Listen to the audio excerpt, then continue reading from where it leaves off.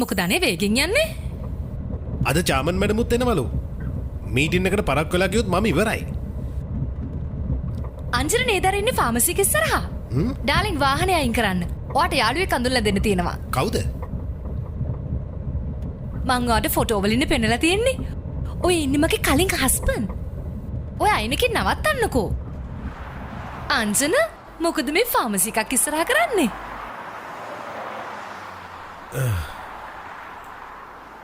සෝදු ඔය පරණ දේවල් අද අද මදිද වද දුන්නා. යන ගමන යන්නකෝ. වද දෙන්නද?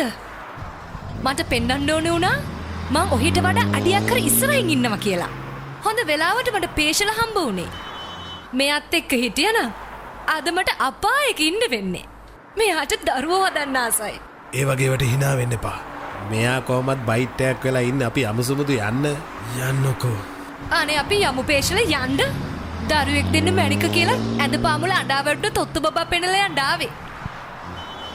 ඒකට පේෂල අන්න පිරිමි. අයියෝ සුමුදු. ඔයා මාර එක්කෙනෙන්න බැඳලා ඉඳලා තියෙන්නේ. ඔව් අනේ මෙයා එක්ක හිටියනම් මම මෙලහට මේ වගේ බෑග් එකක් උස්සගෙන ඉස්පිරිතාල ගන්නේ ෆාමසි ගානේ.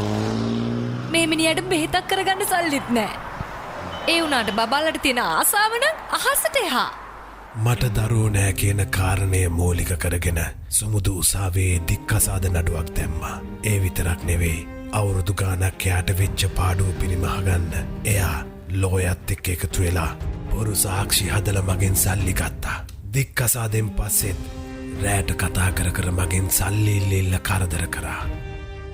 අංජන මට ආයෙත් පොඩ්ඩක් උදව් කරන්න පුළුවන්ද? මට ඔයා ගැන අනුකම්පා හිතෙනවා. අංජන බබාලා නෑ කියලා ලැජ්ජ කරා.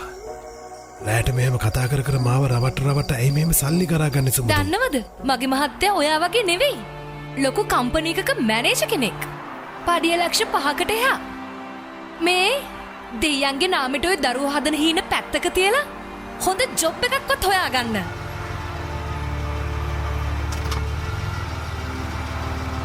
දැකලා පුරුදු වාහනයක් පැත්තකට වෙන්න.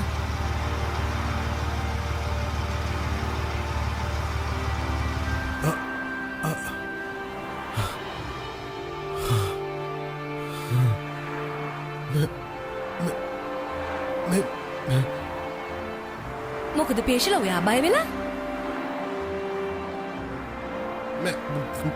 මැඩම් පේෂල එසේ වෙතත් සුමුදුගේ අලුත් මහත්තයා පේෂල දන්නවා ආශාවරී කියන්නේ කවුද කියලා.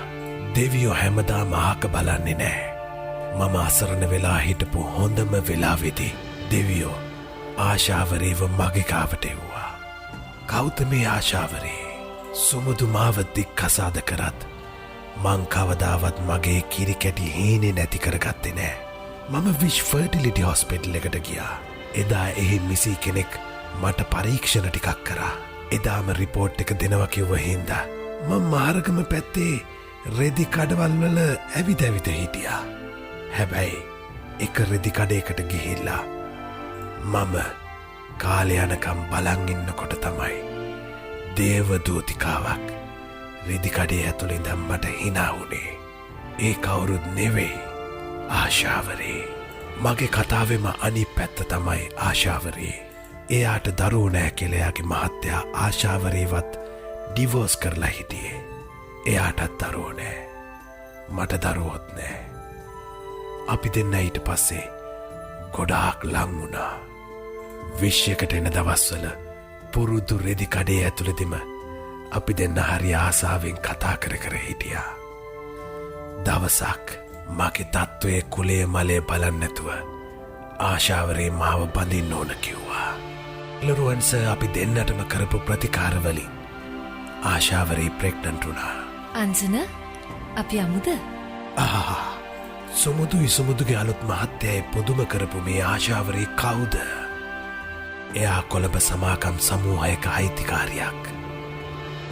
සුමුදුගේ අලුත් මහත්තයා වැඩ කරන තැන චාමන්